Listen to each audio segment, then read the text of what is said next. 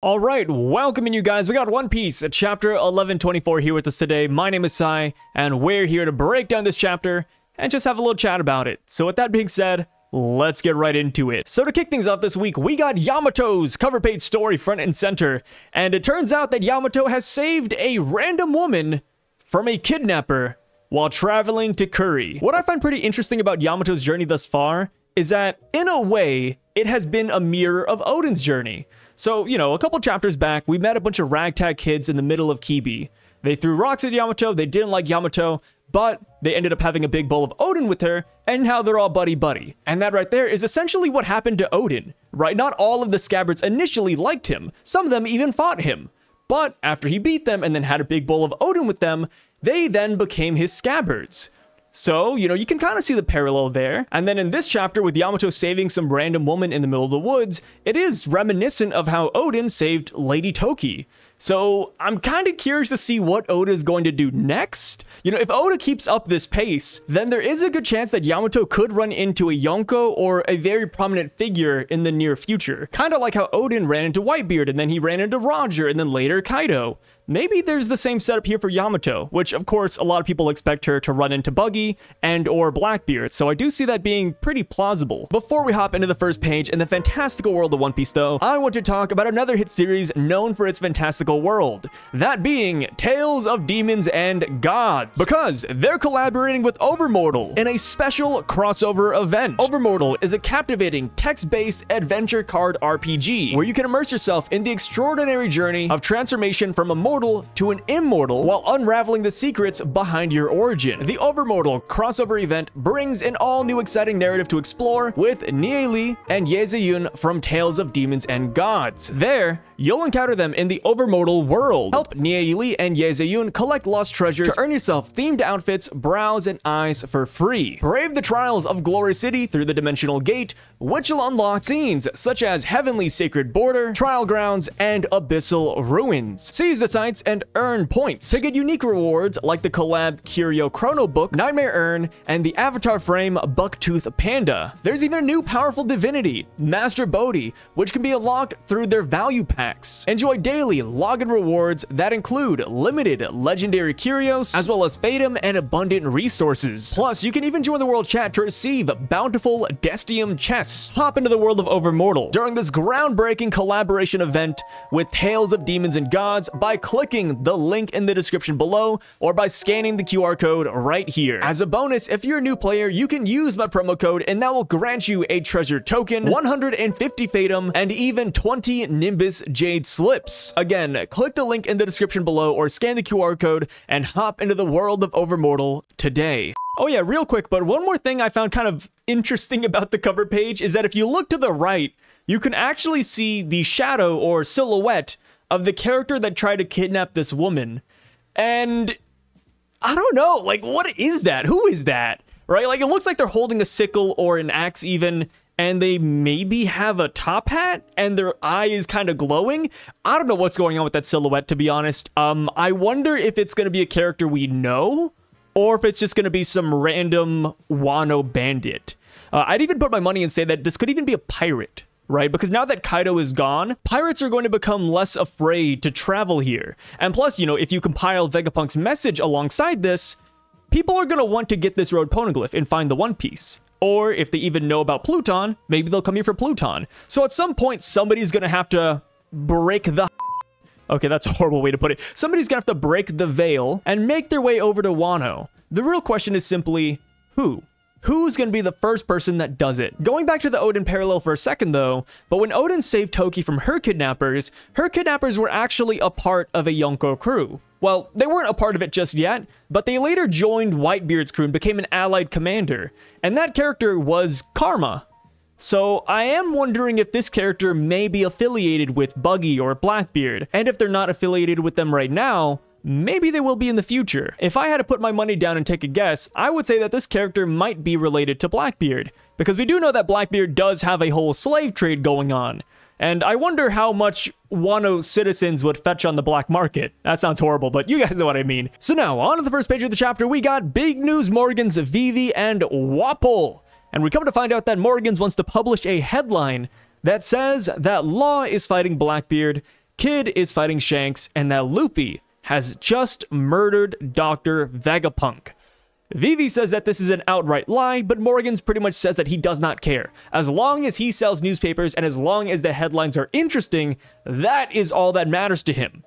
And I'm kind of curious now to see if Morgans actually knows what happened on Egghead Island, because maybe I'm alone when I say this, but I do think a headline featuring the 5 Gorosei straight out of hell, quote, losing to Luffy, would be more interesting than what he's publishing here. So yeah, again, it does make me wonder if Morgans actually knows what went down on the island, and I'm also curious to see if he knows the outcome of Law and Kid's fight, right? Maybe this is just the headline, but in the article, he'll detail the whole event and give the play-by-play, which, hey, how does Morgans even get this information?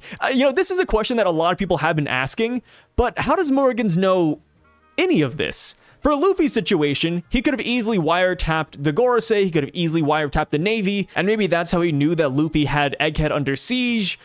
But as far as Kid goes, like, who told him that? Is this the power of the albatross fruit here? Does Morgans just have his eyes everywhere? I don't know. Morgans is a wily guy. But either way, though, Vivi doesn't want Morgans to print the headlines, and that's all fine and dandy, but I don't think that Morgans is going to listen to her.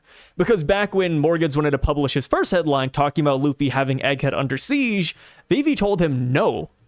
But Morgans did it anyways. So there is a good chance that come tomorrow, we will see this exact headline being spread around the world if he doesn't stumble upon a bigger and better story. One thing that I thought was pretty cool was that Vivi conflated Vegapunk's message with something that's supposed to impart hope around the world. And I think that's fascinating because that's not how I viewed Vegapunk's message originally, right? Vegapunk's message to me was very doom and gloom. Like, hey, you don't know anything about the Void Century. The world government doesn't want you to know. I'm dying. The world is sinking. Whoever finds the One Piece can change everything, right? It seemed very doom and gloom. I listened to that message and I'd probably start panicking in real life. But Vivi said no, like that is hope. And I can totally see that. The One Piece right now is like the light at the end of the tunnel, right? You just want to make your way there and then everything will be all right. Ignore the rising waters, ignore everything else, and just focus on hope. So I think the way Vivi is interpreting Vegapunk's message is pretty nice. All right, so you guys know what time it is. Every time we have Vivi and Morgans in a chapter, we gotta talk about 2 main things. One, who the hell is Big News Morgans? Every time we get one of these chapters with him in it, I always look for some detail to try to distinguish who his human form might be, if we even know him, right? He could just be a brand new character altogether, but Big News Morgans is still a mystery. This guy's been around since God Valley. He reported what happened at God Valley. And so it's like, this guy is something else, and I feel like once we get his human form revealed to us, he could be a, quote, lurking legend. So as far as the second question goes, of course, I'm gonna throw it back all the way around, but where are they going? Based off of this chapter, it doesn't seem like they have a destination in mind. It looks like Morgans just wants to fly around the world and keep on picking up those big old stories. So initially, I did think that they were going to meet the Strawhats on Egghead Island. Of course, things did not pan out that way. So the next best bet would be Big News Morgans going to Elbaf. The only reason why I feel like there needs to be a run-in between Big News Morgans and the Strawhats is 1, so that Morgans can uncover the truth of the whole situation, and 2, so that Vivi can reunite with Luffy and the gang. At some point, Vivi is going to be Luffy again, right? So what better time would there be than on Elbaf? This is an event that doesn't have to happen that soon, but it's an event that will have to happen down the line, right? You can say that for a lot of things. Like, there's a lot of things that have to happen in the story. It's just a matter of when will Oda do it. And I do think that Vivi showing up on Elbaf is a nice fit. So moving on with the chapter, we go back to Egghead Island, my favorite island in One Piece. But we see Sentomaru, and Sentomaru has successfully escaped the island. Thank God, right? All the Marines are passed out. They all got blasted with Joy Boy's Conquerors Haki. So the Marines who captured Sentomaru initially are no longer in commission. So Sentomaru is sailing away, and it's pretty damn sad. Of course, these are very different scenarios, but when I see Sentomaru sailing away on his little rowboat, it reminds me of Robin sailing away from Ohara, right? Because she had a rowboat, she was crying, and the island just got buster called, which is exactly what happened here. The main thing with Sentomaru, though, is the barrels and boxes he has with him. What's in them? Are those just simply his belongings, or is that perhaps some Vegapunk technology? Maybe the Cloudloft technology. I think there's a chance it could be just that. So going back to last chapter, Vegapunk said that he wanted to safeguard the Cloudloft technology, but we never saw him do it, or we never saw what he meant by that. So everybody's under the assumption that Vegapunk gave it to somebody. So I think Sentomaru being in the list of options makes a lot of sense, considering how much he trusted Sentomaru, right? Sentomaru defected from the Navy to protect Dr. Vegapunk. So yeah, I think he's a trustworthy guy, and if he does indeed have this technology, I wonder where he's going to take it. Because Sentomaru right now can't go back to the Marines, Sentomaru has no home anymore, and he's also separated from the Strawhats. So it does make you wonder where he's going to go and where he's going to take this technology. So I have two main thoughts right now with this. The first one being that Sentomaru could make his way over to Neo Mads, right? Judge and Caesar. I feel like they would welcome Sentomaru in with open arms, especially Caesar, right? Caesar seemed really broken up about Vegapunk's death, so if Vegapunk's assistant showed up at his doorstep, I guarantee you that Caesar would take him in. And not to mention the fact that Sentomaru, if he has Vegapunk tech, I feel like Caesar and Judge would be able to put it to good use because they're also scientists, right? You have to think about that. Whenever we think about the Cloudloft technology, it has to land in the hands of a scientist. So Neomads, I think, is a perfect fit for Sentomaru. Outside of them, though, I have seen people talking about Sentomaru going to the Revolutionaries, and I think that's a brilliant option. If the Revolutionaries get their hands on Cloudloft technology, then they could start saving all the kingdoms they've liberated, right? People would come to Dragon and say, hey, our hometown's gonna sink into the ocean, and then Dragon says, hey, no big deal, you know, hop on this cloud, you'll be safe. So yeah, I do like the revolutionary route a lot. And as far as scientists go, they do have Lindbergh. Oh, we haven't exactly seen what he's capable of, but he is the steampunk genius of the Revs. So maybe he could also put Vegapunk's work to good use. And again, you know, with Vegapunk's ties to Dragon, they would easily and wholeheartedly accept Sentomaru into their ranks. So now, the next thing we have to talk about, of course, is Kizaru and Akainu. And I'm not gonna lie, man, this part kind of broke my heart a little bit.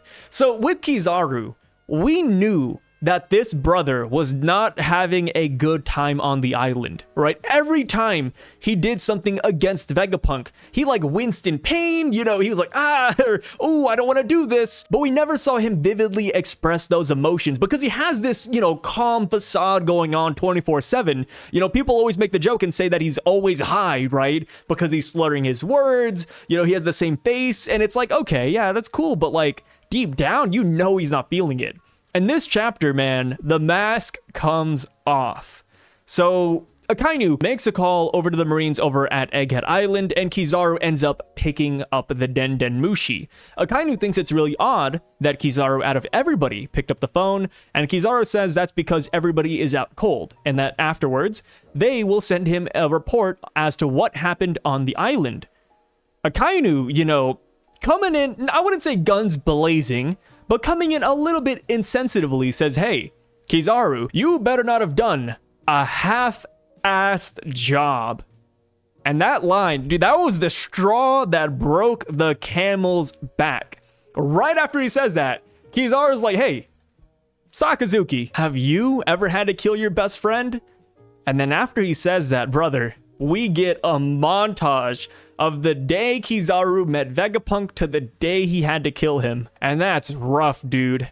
So when they first met, it's kind of interesting, but it looks like that's the day they recruited Vegapunk into the world government, or the Marines, because Kizaru shows up and it looks like they're arresting Vegapunk, and Vegapunk's just like, hey, how much are you guys gonna pay me? Kizaru's like, what? What are you talking about?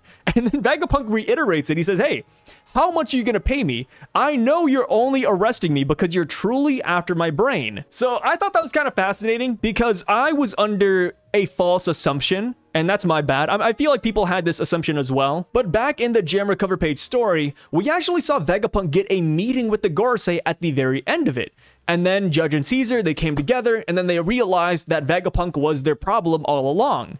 So because of those two cover pages, I assumed that that is when Vegapunk left Mads and joined the Marines. Turns out that's not the case. Instead, they just arrested him and said, hey, you have to do our bidding. And then Vegapunk was like, okay, pay me, you know what I mean? So yeah, I thought it was quite nice that Oda decided to add this into Kizaru's montage. The next thing we see in these flashes is Kizaru helping Vegapunk build this island from the ground up. You know, Vegapunk hands him the blueprints and Kizaru's like, whoa, you want the island to look like this? You know, and if you look closely, you can actually see that, you know, Vegapunk drew out the Punk Records dome and he drew the floating clouds as well. And then after that panel, you see Kizaru holding some steel beams, helping them build the island. You know, Kuma's in the background, Sentomaru's in the background, Bonnie's there too, and they're all smiling and laughing. And then the next shot we get is Kizaru gunning Vegapunk down from behind. It wasn't even a nice kill, right? Like, Vegapunk wasn't even, like, facing his direction. No. Kizaru shot this man in the back, and that's painful, dude. And you can see the reflection of Vegapunk's body dropping on the ground in Kizaru's glasses.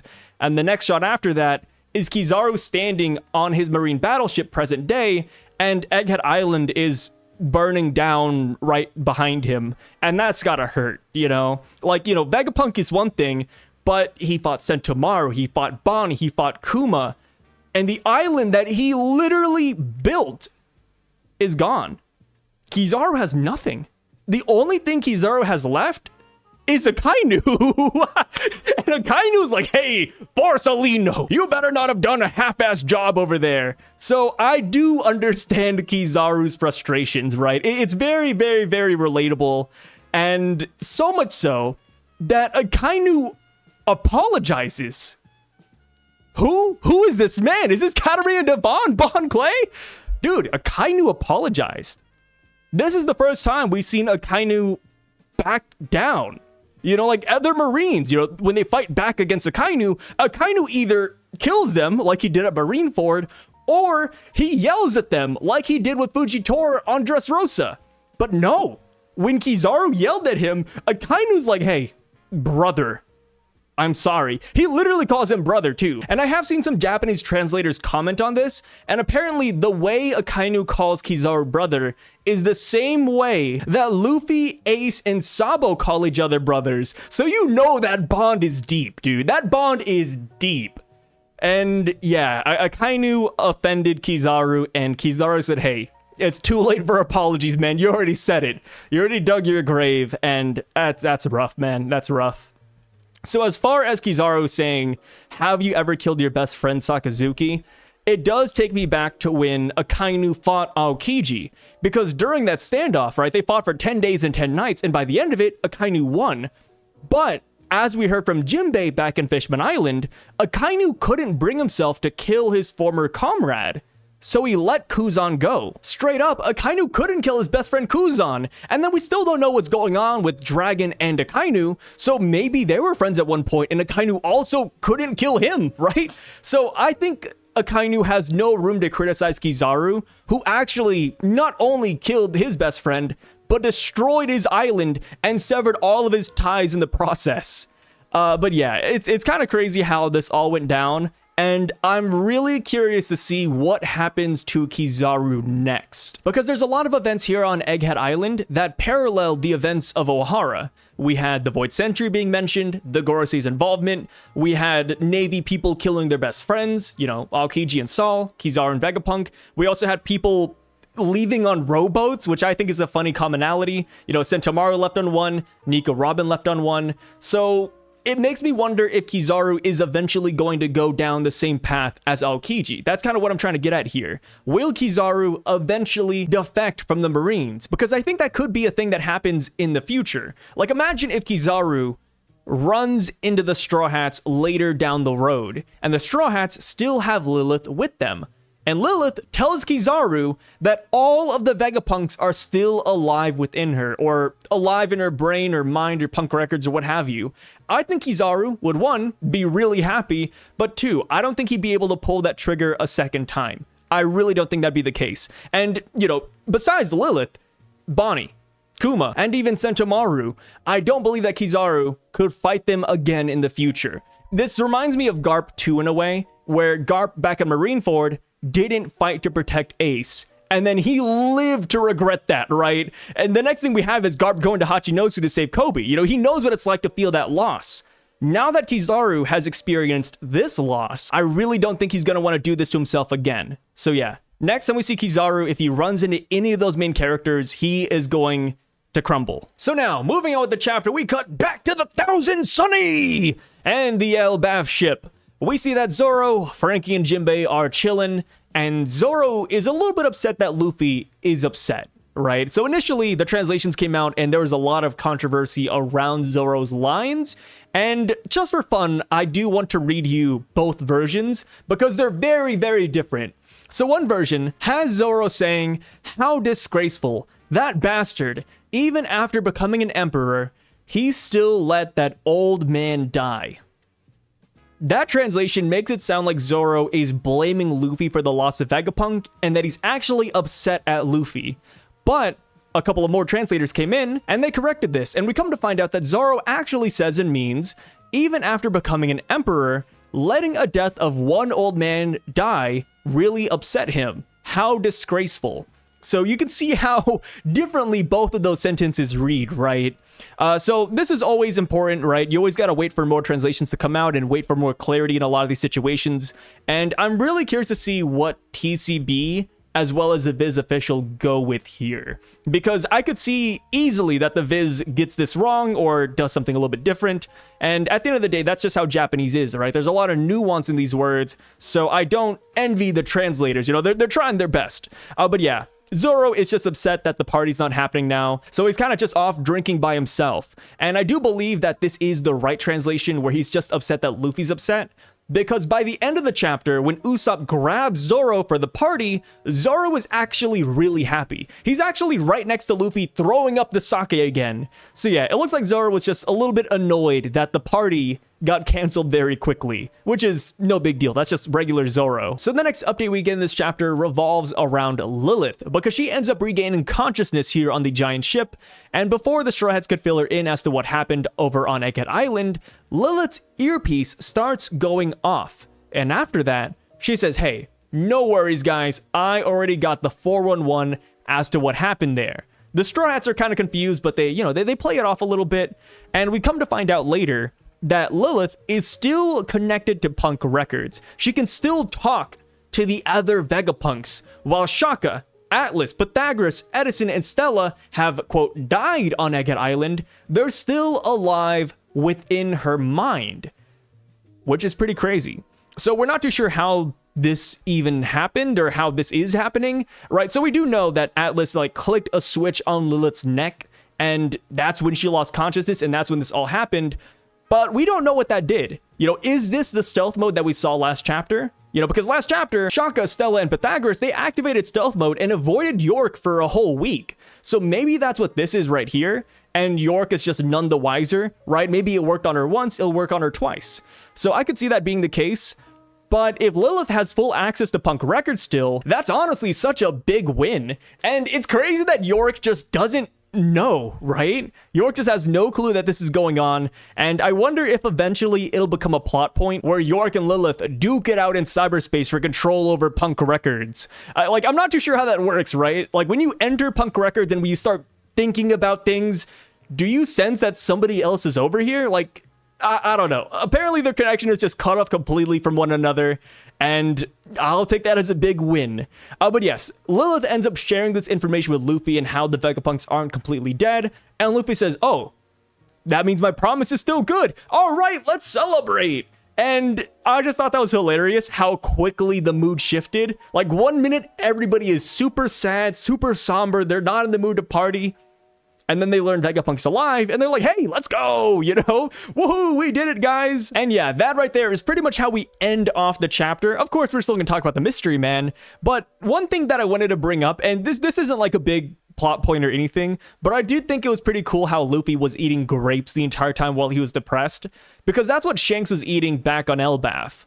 Well, he wasn't eating grapes, but grapes were like right in front of Shanks. They were in his introduction panel on Elbaf. So I like how the Yonkos just tend to gravitate towards grapes. So now, before we end off, it's time to talk about the mystery man, because that last panel, dude, god damn, Oda loves his silhouettes.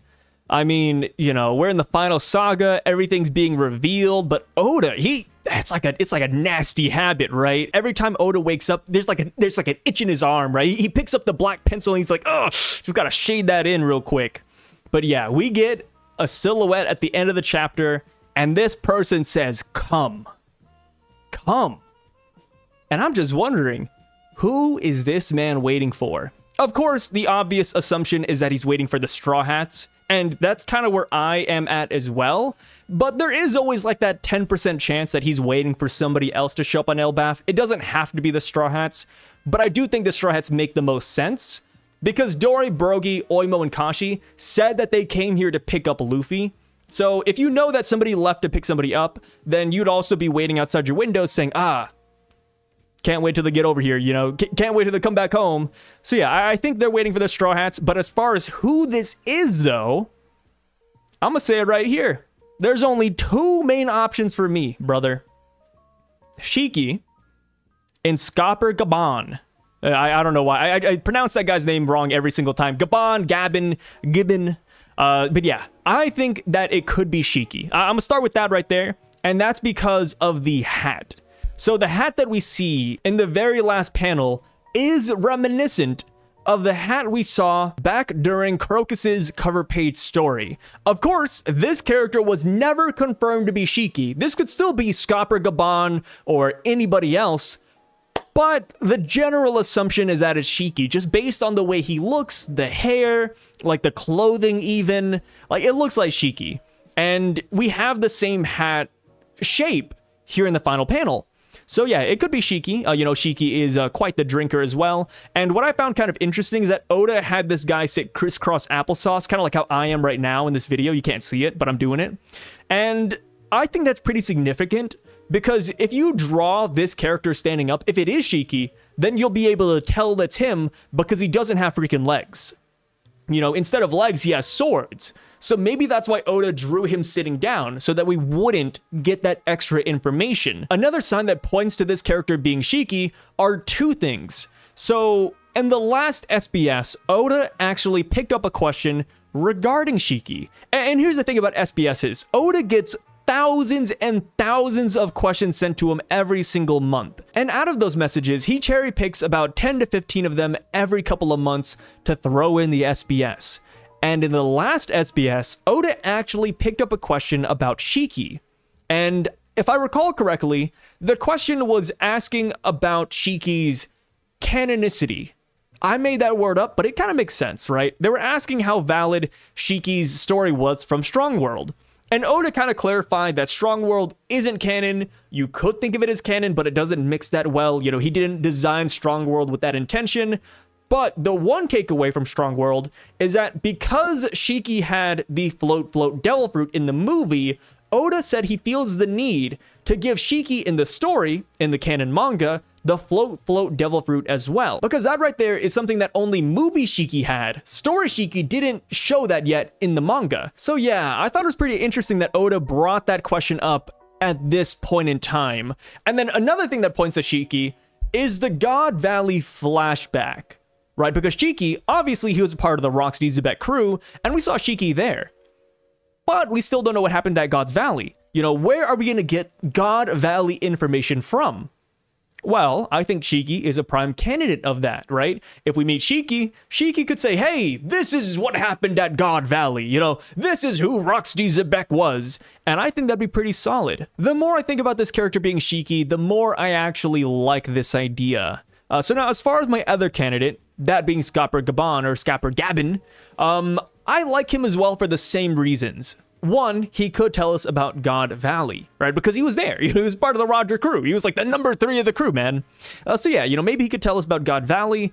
And not just that, but if he ends up being similar to Rayleigh, then there is a chance that he could train the Straw Hats, right? Because Rayleigh's the one who taught Luffy everything he knows about hockey. Well, not everything, but a majority of what he knows about hockey. So maybe Scopper will teach us even more. Because right now, we need to learn more, right? We saw crazy Wi-Fi Haki from Shanks. We saw crazy Haki in a rope from Joy Boy. We saw how it affected the Gorosei in ways that Luffy's Haki could not affect them. So maybe there's a chance that Scopper Gaban, wow, I am butchering his name like horribly now, but maybe Scopper will teach us how to do just that. Maybe he'll be like, hey, you know, Roger had this special ability that he could do with Haki.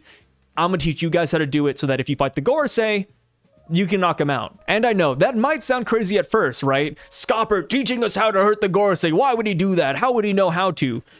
But keep in mind, Scopper and Shiki, I want to throw Shiki back in here too, but Scopper and Shiki, they were both at God's Valley. And guess who was there too? The Holy Knights and Saint Saturn. You know, like, if anybody knew how to hurt the Gorosei, it would be those two characters. People who have fought Saturn in the past, or at least saw what he was capable of. So yeah, I think Scopper is a really good fit here. Another reason I do like Scopper, two reasons actually. One, because we'll have to meet him eventually, right? It's kind of like what I said about Vivi and Morgans. Eventually, the Straw Hats are going to meet Vivi again, right? It's just a matter of when. The same thing can be said for Scopper. At some point, we will have to meet Scopper. So I do think that now would be a good time for that. On an island where, you know, Shanks was just here, you know, an island where we have a lot of friends here. We got Saul, the Giants, Loki. Like, there's so many people on this island that are, quote, on our side. It would make sense that another neutral party like Scopper would be here as well. So now, outside of Scopper and Shiki, I do think this could also just straight up be a new character. Because even though we're in the final saga, we haven't met everyone the world has to offer yet, right? We still don't know the Holy Knights, we still don't know all the Elbaf citizens. I'm sure there's multiple towns we're still gonna go to and meet new people. So yeah, this could just straight up be a new person. I don't think that's super insane, but also I do want to throw my 2 cents in there and say that if this is a new character, I don't think they're from Elbaf. And that's simply because they have the classic bamboo hat on, right? If you look at the shape around where he's drinking the sake, it looks like he has the bamboo hat. So because of that distinction, I don't think he's from Elbaf. Because Elbaf warriors are all about the Viking and Norse attire. They wouldn't have bamboo hats over there. So yeah, I don't think this is somebody who is natively from Elbaf. I don't personally think it's a giant, but of course that is all yet to be distinguished. Now I want to pass the question back to you guys. Who do you think this mystery character actually is? Do you like Shiki? Do you like Scopper? Do you have another rogue pick? Because I've also seen people say it could be characters like a Rouge. It could be, somebody said Mihawk. I don't see Mihawk here. I'm sorry for that one. But yeah, like, there's a lot of good options out there, and I would just love to hear what you guys have to say. And of course, I've made it a common thing now on this channel, but we will go through the comment section in a couple of days and just talk about everything you guys have to offer. All your theories, all your thoughts, all your opinions. I would love to hear all of them down below and in that video. So that being said, though, my name is Sai. I'm gonna go ahead and sign out here. You know, it's pretty late at night, and I just want to take this time to say thank you guys for watching this video all the way through. I really, really, really freaking appreciate it. And if you have the time, and if you want to see me outside of YouTube, make sure to check out my Twitch account over at SYVDUCK, Psyduck, and my YouTube channel, Psyduck, where I do more gaming-oriented content. And I have all my links down below if you want to check that out. And yeah, with all that being said, I'll see you guys later. Have a great night, everybody.